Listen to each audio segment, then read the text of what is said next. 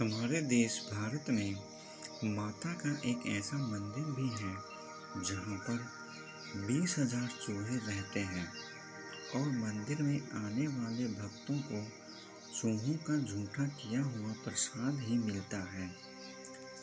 आश्चर्य की बात यह है कि इतने चूहे होने के बाद भी मंदिर में बिल्कुल भी बदबू नहीं आती। आज तक कोई भी बीमारी नहीं फैली है। यहाँ तक कि चूहों का झूठा प्रसाद खाने से कोई भी भक्त बीमार नहीं हुआ है। इतना ही नहीं, जब आज से कुछ दशकों पूर्व पूरे भारत में प्लेग फैला था, तब भी इस मंदिर में भक्तों का मेला लगा रहता था और वो चूहों का झूठा किया हुआ प्रसाद ही खाते थे। यह है राजस्थान के ऐतिहासिक नगर बीकानेर से लगभग 30 किलोमीटर दूर देशनोक में स्थित करणी माता का मंदिर, जिसे चूहों वाली माता, चूहों वाला मंदिर और मूषक मंदिर के नाम से भी जाना जाता है। करणी माता, जिन्हें के भक्त माँ जगदम्बा का अवतार मानते हैं, जिनका जन्म 1387 में एक चारण परिवार में हुआ था। उनका बचपन का नाम रेघुबाई था। रेघुबाई की शादी साठिया गांव के केपोजे चारण से हुई थी, लेकिन शादी के कुछ समय बाद ही उनका मन सांसारिक जीवन से ऊब गया। इसलिए उन्होंने केपोजी चारण की शादी अपनी छोटी बहन गुलाब से करवाकर खुद को माता की भक्ति और लोगों की सेवा में लगा दिया।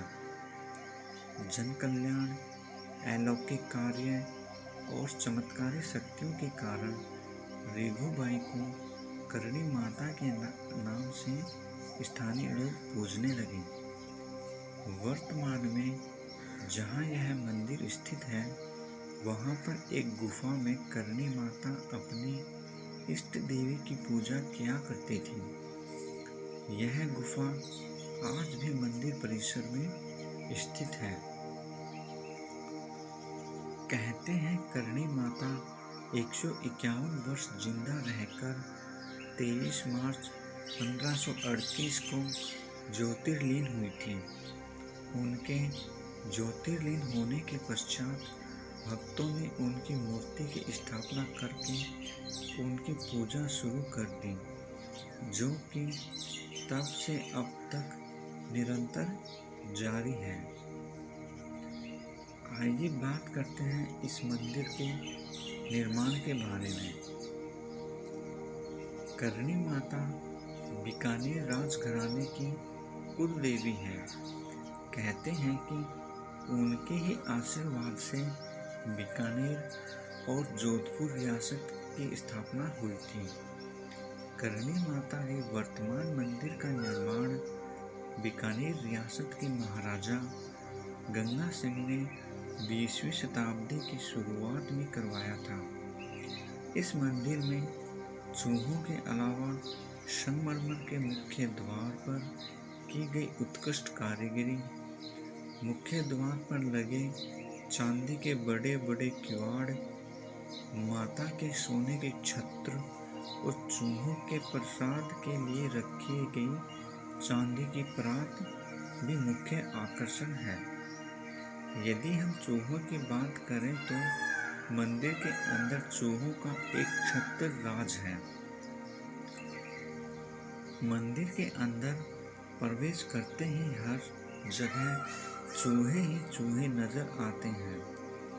चूहों की अधिकता का अंदाजा इसी बात से लगाया जा सकता है कि मंदिर के अंदर मुख्य प्रतिमा तक पहुंचने के लिए आपको अपने पैर घसीटते हुए जाना पड़ता है, क्योंकि यदि आप पैर उठाकर रखते हैं तो उनके नीचे आकर चूहे घायल हो सकते हैं, जो कि अशुभ माना जाता है।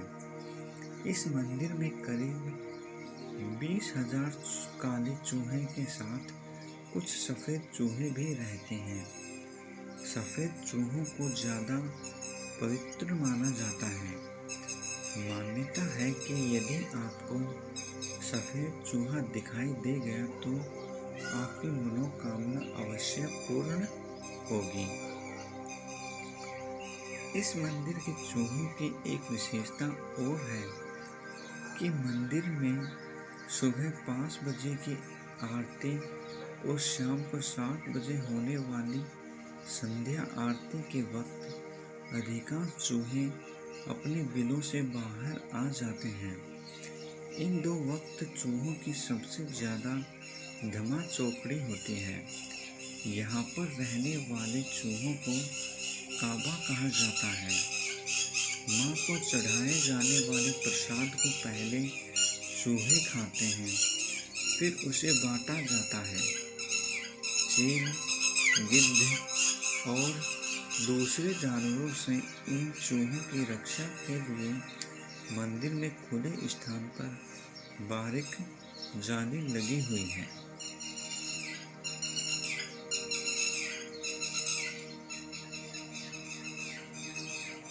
करणी माता मंदिर में रहने वाले चूहे माँ की संतान माने जाते हैं। करणी माता की कथा के अनुसार एक बार करणी माता का सौतेला पुत्र लक्ष्मण, जो उनकी बहन गुलाब और उनके पति का पुत्र था, उनका कोलायत में स्थित कपिल सरोवर में पानी पीने की कोशिश में डूबने से मृत्यु हो जाती है। जब करणी माता को यह पता चला तो उन्होंने मृत्यु के देवता यम को उसे पुनः जीवित करने की प्रार्थना की। पहले तो यमराज ने मना किया, पर बाद में उन्होंने विवश होकर उसे चूहे के रूप में पुनर्जीवित कर दिया। हालांकि बीकानेर के लोकगीतों में इन चूहों की एक अलग कहानी भी बताई जाती है, जिसके अनुसार एक बार 20,000 सैनिकों की एक सेना देशनोक पर आक्रमण करने के लिए आई, जिन्हें माता ने अपने प्रताप से चूहे बना दिया और अपनी सेवा में रख लिया। वीडियो देखने के लिए आप सभी का बहुत बहुत धन्यवाद।